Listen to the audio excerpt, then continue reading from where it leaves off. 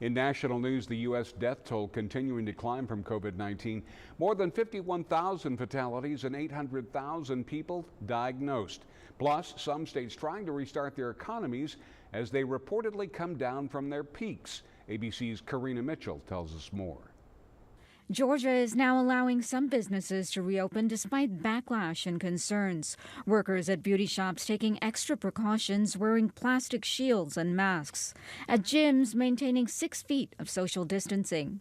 Nervous, anxiety, all that too, but we all want to come back to work. The White House says over the past week, more than a dozen states, including hard-hit New York, have shown a decline in COVID-19 cases, but Governor Andrew Cuomo taking no chances. If you say, well, we're done, can't stay in the house anymore, let's just reopen. Just start business tomorrow. Let's go. What happens? That's what happens.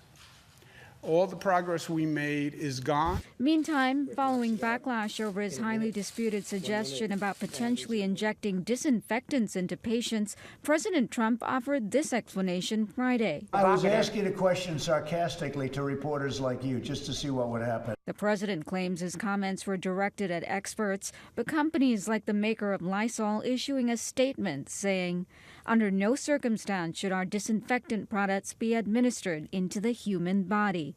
Karina Mitchell, ABC News, New York.